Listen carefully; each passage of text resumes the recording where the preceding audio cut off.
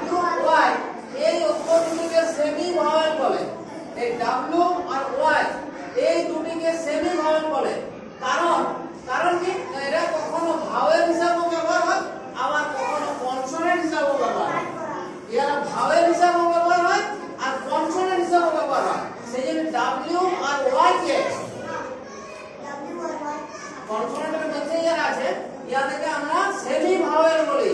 তাহলে কখন semi vowel হবে না, যখন এরা ওয়ার্ডের প্রথমে বসলে তখন এরা কনসোনেন্ট হবে। যখন কোন ওয়ার্ডের প্রথমে বসবে তখন এরা কনসোনেন্ট হবে। যেমন বয়, এই বয় না, ইয়ার্ড আর ওয়ার্ড, ইয়ার্ড আর ওয়ার্ড, এই যে প্রথমে বসেছে ওয়াই আর এখানে প্রথমে বসেছে ডাব্লিউ, তাহলে এইখানে ডাব্লিউ আর ওয়াই কনসোনেন্ট। কিন্তু যখন ওয়ার্ডের মধ্যে বা শেষে বসে তখন এরা ভাওয়েল হয়। যেমন বয়, কাউ, নাও, তাহলে বয়ের শেষে ওয়াই, কাউয়ের শেষে ডাব্লিউ, নাওয়ের শেষে ডাব্লিউ, তাহলে এইখানে ডাব্লিউ আর ওয়াই হচ্ছে ভাওয়েল, ডাব্লিউ আর ওয়াই হচ্ছে ভাওয়েল। সেই জন্য ডাব্লিউ আর ওয়াই কে আমরা সেমি ভাওয়েল বলি। ডাব্লিউ আর ওয়াই কে আমরা কি বলি? Semi vowel. ডাব্লিউ আর ওয়াই কে আমরা বলি সেমি ভাওয়েল। আরো একটা জিনিস আছে যে সেটা তোমাদের খুব সামান্য একটা সম্পর্কে আলোকপাত করছি।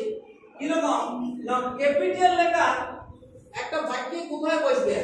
যেমন he is a good boy, he is a good boy, he is a good boy. মানে এইখানে এই যে আমরা যে ক্যাপিটাল লেটার শিখেছি, তাহলে ক্যাপিটাল লেটার কোথায় বসবে বাক্যে? তাহলে ক্যাপিটাল লেটার বাক্যের প্রথম যে ওয়ার্ডটা তার প্রথম লেটারটা হচ্ছে ক্যাপিটাল লেটার থেকে। তাহলে প্রথম লেটারটা হচ্ছে ক্যাপিটাল লেটার। এই যেখানে এইচ টা বড় হাতে, এইবারে কোথায় বসবে? ব্যক্তি মাঝেও বসতে পারে, এই বাক্যের মাঝেও বসতে পারে।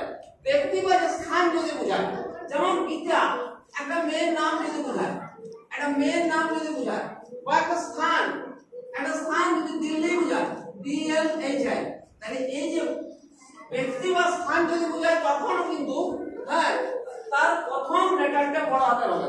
আবার কখন হবে?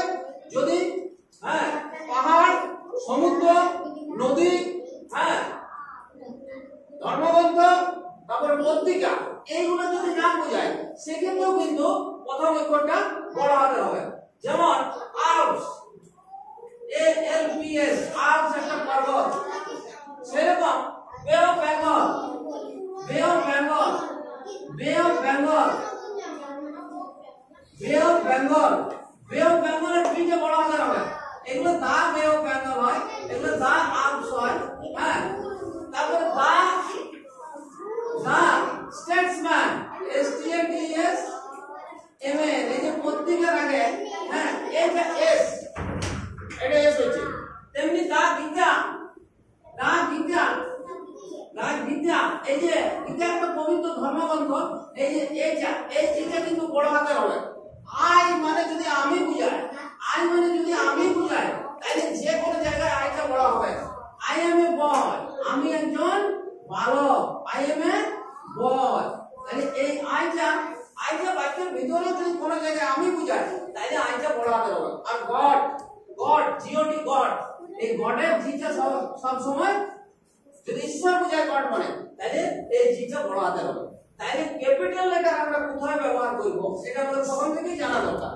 আমরা একটা বাক্য লিখতে যাব, ক্যাপিটাল লেটার কোনখানে হবে সেটা মনে রাখতে হবে। বাক্যের প্রথমটা তো হবে কি সব সময় প্রথম লেটারটা সব সময় বড় হাতের হবে। তারপর হচ্ছে কোন যদি একটা হচ্ছে নাম বোঝায়, ব্যক্তির নাম বা স্থানের নাম। তারপর যদি পর্বত বোঝায়, সাগর বোঝায়, হ্যাঁ নদী বোঝায়, তা গঙ্গা, হ্যাঁ পবিত্র ধর্মগ্রন্থ বোঝায়, তারপর পত্রিকার নাম বোঝায়, সেক্ষেত্রেও কিন্তু প্রথম লেটারটা বড় হাতের হবে। আই যদি মানে আমি